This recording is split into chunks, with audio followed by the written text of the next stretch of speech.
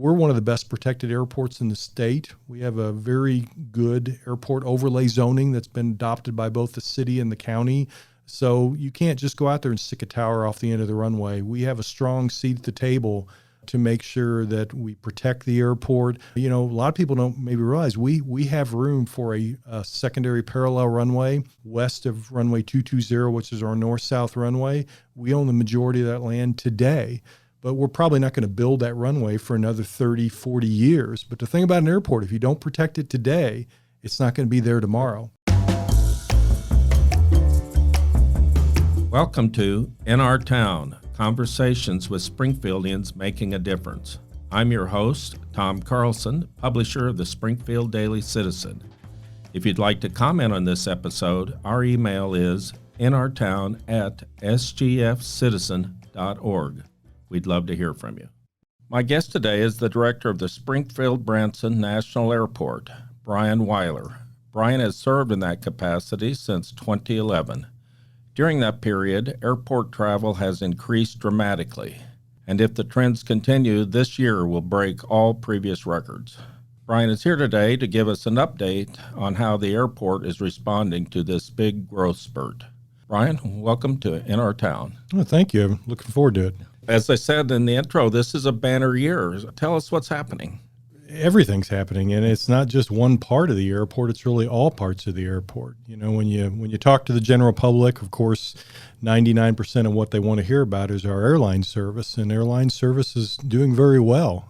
After the pandemic, it was no one really knew what to expect, but travel has come back big. And so last year we were happy to be back up above 1 million passengers. This year we're exceeding those numbers by quite a bit. We're about 9% ahead of our record year right now. And what would that be in terms of passengers? June, we had just over 125,000 passengers. We could this year theoretically break 1.3 million annual passengers.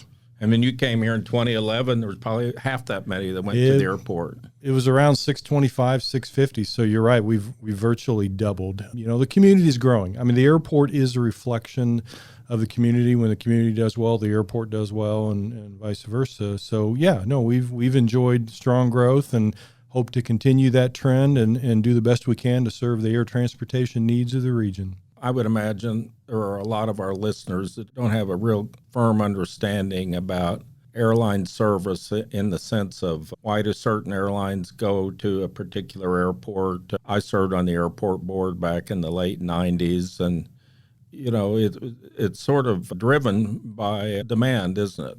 Very much so. And airlines are private companies. Some people think that they're a public utility. They're beholden to their shareholders, and they want to make a profit, so they go where they can make good money and where there's demand. The general public, and I hear it all the time, can we get this route or that route? Or, what I jokingly say, we know what everybody wants. They want to be able to fly anywhere in the United States 3 times a day for 100 hours round trip, and that would be great. We would like that too, but no, we've got a good, but something we're always working on is air service. We've got 4 airline partners, and Allegiant is kind of a low-cost carrier. They're really not an airline. They're more of a travel company, and they do less than daily service to 7 destinations. But really the bread and butter, what really gives us that connectivity for people wanting to go really anywhere in the United States or the world are our legacy carriers, American, Delta, United, and they do about 25 flights a day to 6 major airline hubs. It's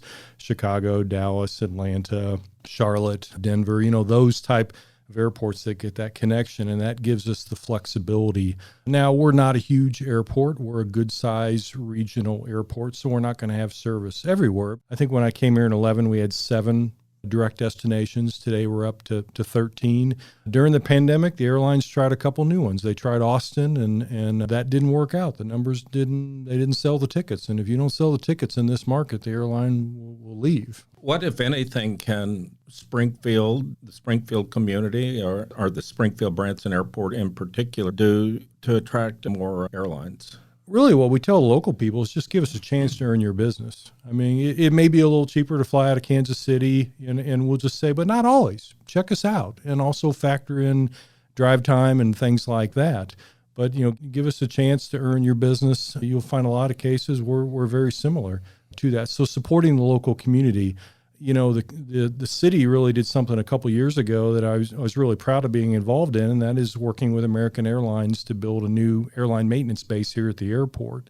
And that really gave our largest carrier, American, another reason to be in Springfield. If they're maintaining aircraft here, they've got to bring those planes in other than just selling tickets. So we have, in December of 2021, we opened a 60,000 square foot 3-bay Embraer 175s, which is really American's next generation regional jet.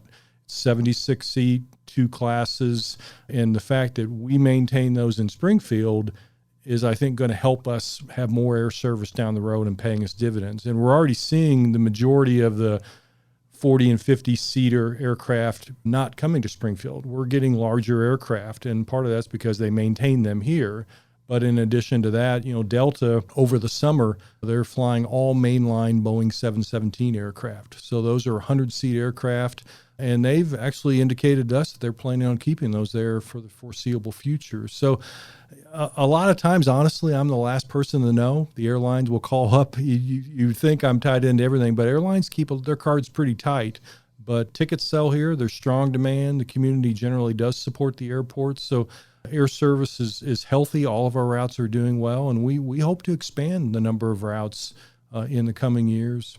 Another issue that I've heard about in other airports, I don't know to what extent it's an issue here in Springfield, is the availability of gates. Can you talk about that? Well, we're doing a new airport master plan right now, and all public use airports do these about every 10 years, and it's really a 20-year development look. Of course, our terminal's not that old, and as you know, in your previous position, there was a lot of thought and effort that went into that, and they really probably built more than was justified at the time. We have a 10-gate airline terminal, and we can handle quite a bit more capacity with those 10 gates. But we are looking at the terminal. It does have some shortfalls in some area. It's 15 years old now, so there's some things that we're looking to expand into that. But I do think within the next 5, certainly 10 years, we're looking at probably another 4 gates, maybe even 6 gates on top of that. But we're not constrained today. An airline is not coming to Springfield because we don't have gate space for them. We would find space for them. There are ways to utilize ours more extensively. And the current facility is designed so that it's sort of like Legos. You can add to it without too much difficulty. Exactly. If we did another 4-gate, we'd probably put another note on there for concessions to have more restaurant opportunities. We'd love to have a pet relief area. We have a lot of puppies fly through the airport, believe it or not, and sometimes they leave presents for our custodial staff. We'd like to have a place for them to go. But you're right, we could just keep going north. In fact, Senator Blunt, while he was still in office last year, got us some community funds that we're going to be expanding the ramp next year in hopes of positioning us for a terminal expansion down the road. You mentioned pets, and my dad was a veterinarian, so I'm pet-centric. But having said that,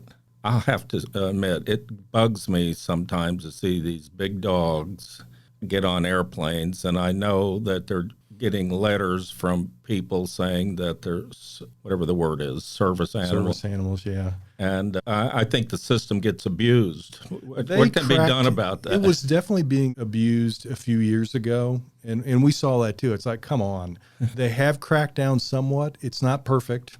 Really, the airlines set that policy with DOT, something we're working on. Well, while we're on the complaint department, more people are flying, obviously, at least out of Springfield, but I imagine you getting more complaints too. So maybe here's some things I know that folks I know complain about: delays, mishandled baggage, the seats seem to be shrinking. Added fees. Why don't you pick one or two and maybe a couple things? What, if anything, can your airport do about it? And what advice would you give passengers? Delays, one thing. I mean, there's no doubt after the pandemic. I mean, at the beginning of the pandemic, the airlines, they weren't sure what anything was going to happen. So they were offering retirement incentives. They were laying people off.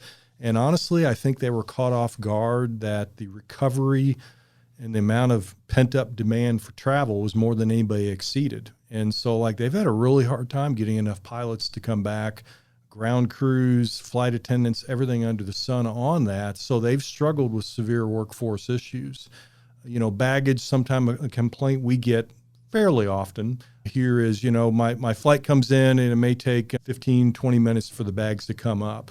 The fact that we're a regional airport, we're really not staffed to handle peak flow in a lot of cases. So when you and Delta and United are both handled by a third-party ground handler who does a good job, but if you have one that's delayed 10 minutes and one that's maybe 5 minutes early and you get 3 planes showing up at the same time, they may only have ground crews available to deal with one at a time. So as a result, you may sit out there for 10 minutes. And that can be frustrating to people.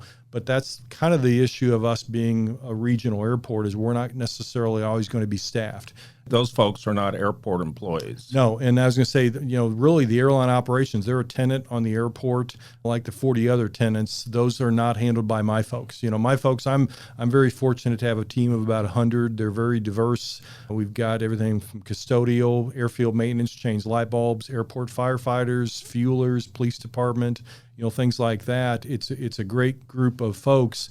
But as far as like airline, baggage, restaurant, car rentals, really, we have 40 businesses that operate on the airport through a lease agreement. But what I always tell people, if any part of that system breaks down, we all fail. So like once a month, the airport management to get together with the managers of all the respective functions. And we always talk about, hey, what can we do better? What are you hearing? It's one of those safe areas that we talk about. How can we get better as a whole? Because I'm always stressing if one part of the airport fails, we all fail. We all look bad. That's what the general public.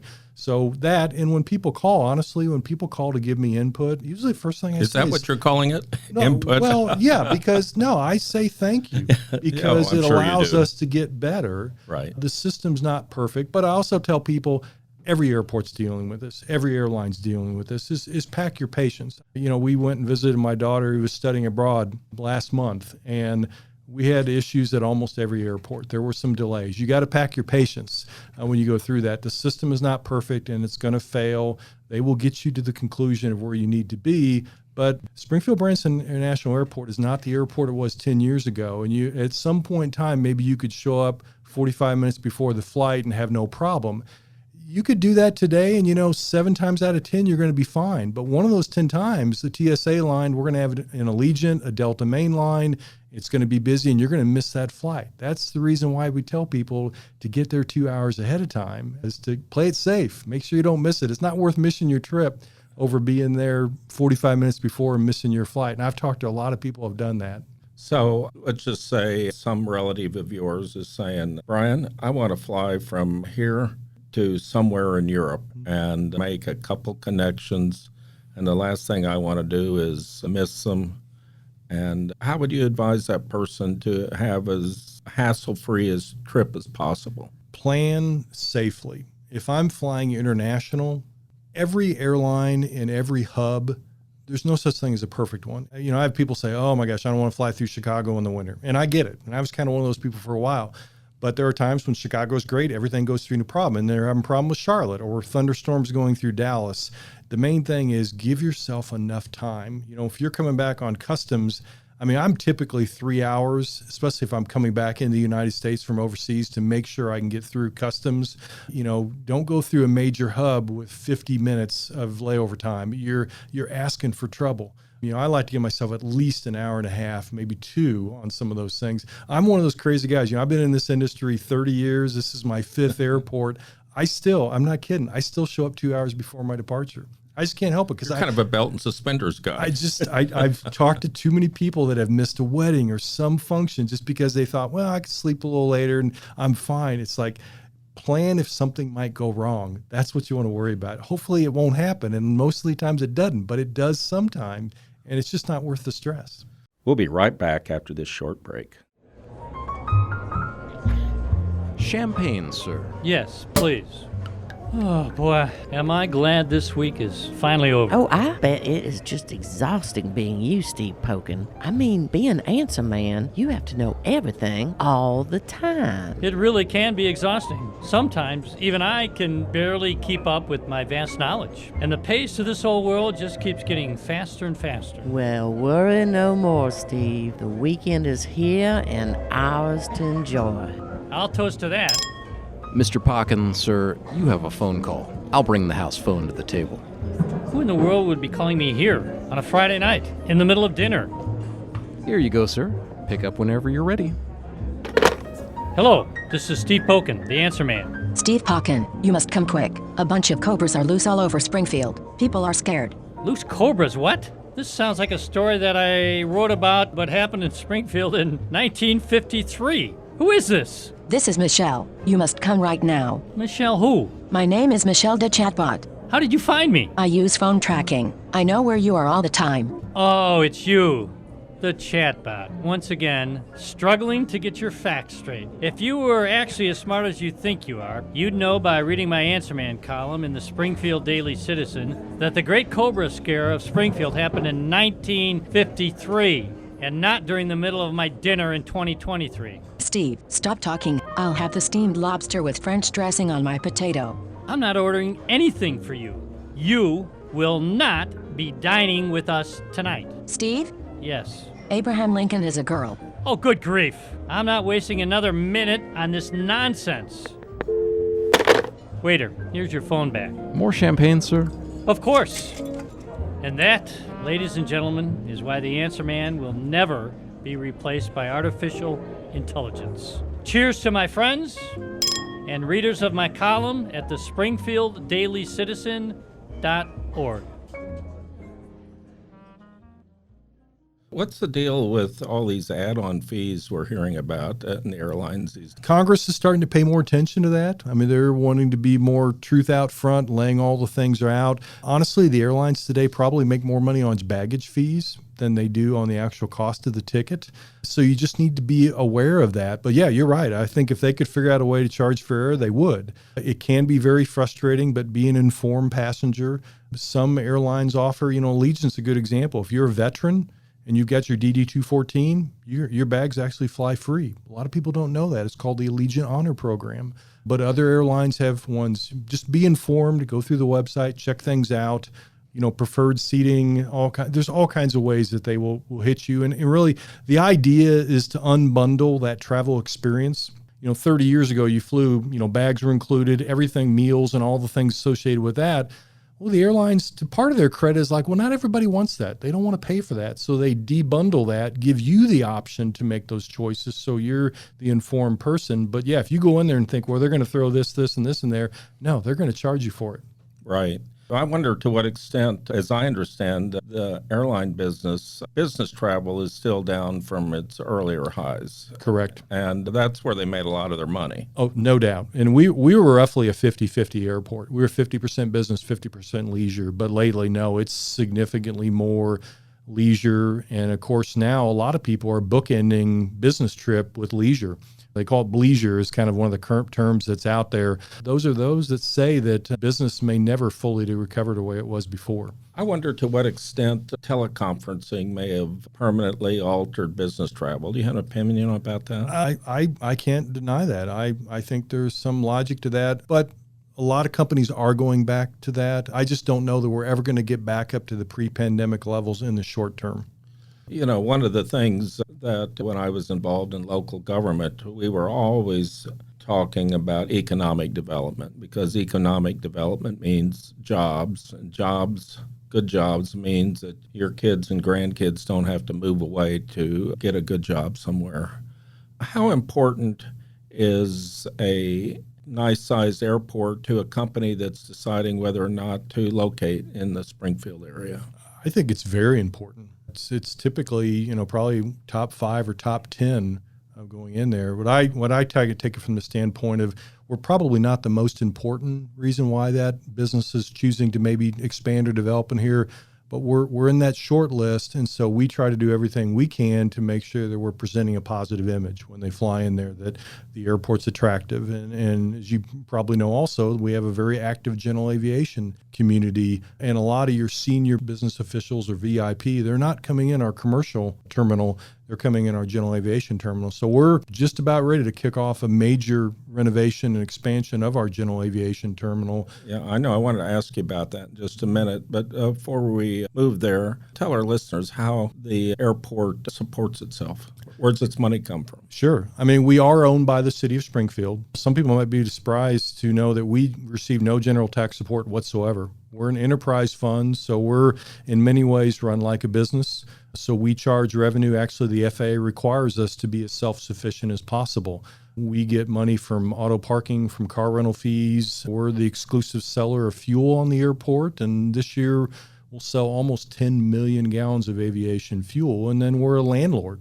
We lease space to 40 different entities, everything from to Expedia that occupies our former airline terminal, the military, car rental agencies, restaurants. So in many respects, I'm a landlord that runs an industrial park next to a runway. There's a lot of parallels to running the airport and running the Battlefield Mall in a way. A lot to that standpoint. And it's not cheap running an airport. I mean, our operating budget's about $20 million a year, but we are totally self-sufficient. We're doing a new economic impact analysis right now, but the last one we did, we have about 2,000 people that work at the airport, and our economic impact at that time was over $400 million a year with no cost to the taxpayers of Springfield.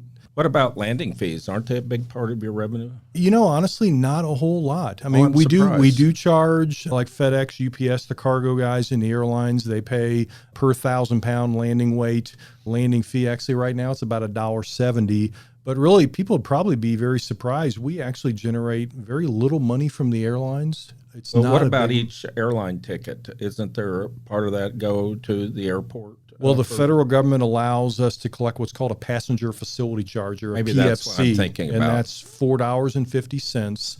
The airlines collect that money and they remit it to the airport, and then we use that for approved airport projects. Right now, so that's now, $4 or $5 million a year for it. Does. Right now, it pretty much goes to pay the bond debt on the terminal. I mean, that terminal's 15 years old, but we still owe money on that, and we're still paying it off.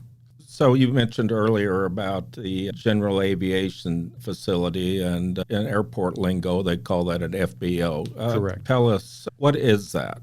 The FBO is basically the gas station of the airport. They provide the basic services. And a lot of times that's done by a third-party private company or multiple companies. Before I came here, that was been run by the airport. So we run that. Those are my team members. However, we brand them separately away from the airport. So if you fly in there, you would think it'd be some private company.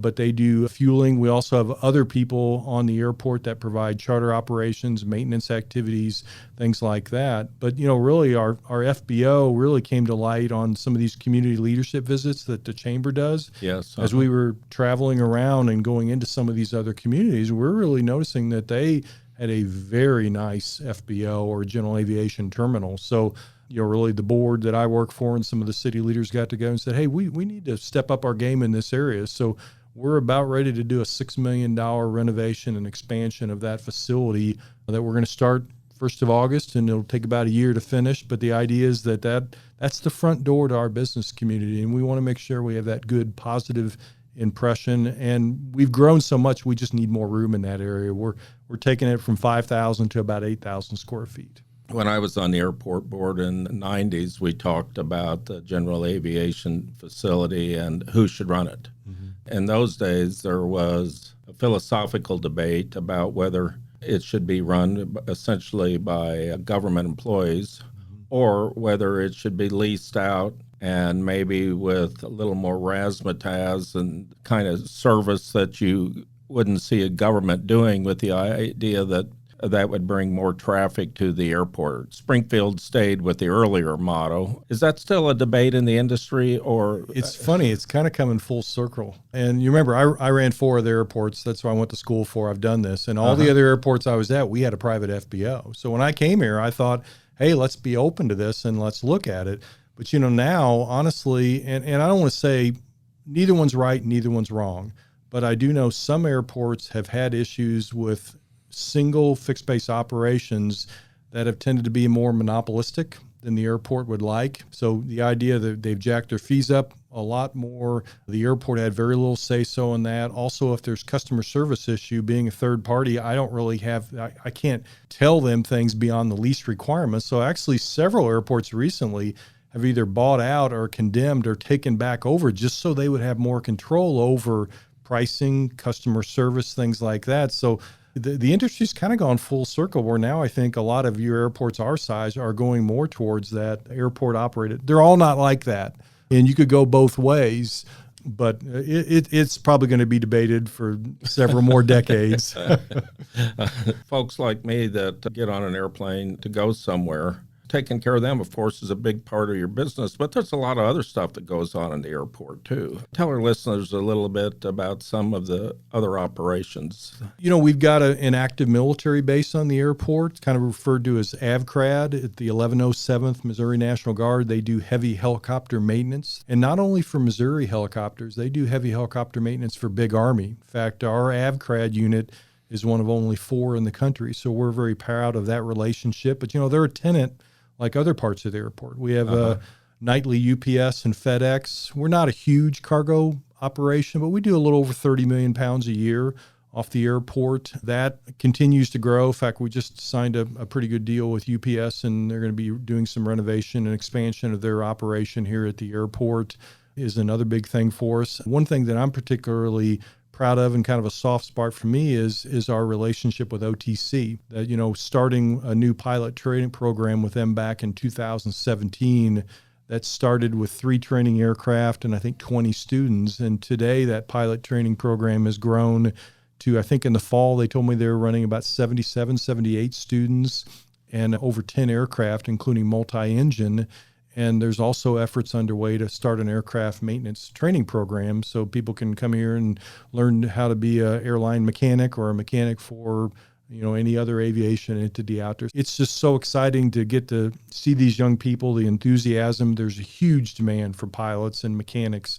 And just seeing that opportunity here in Springfield is something that really excites me. That's what keeps me here. It's the longest I've ever worked at any one airport, and is the diversity of the activities, the support of the community, and we're big enough that we have all the stuff, but we're small enough that we can still make changes and do things and still have an impact. And that's what gives me great satisfaction.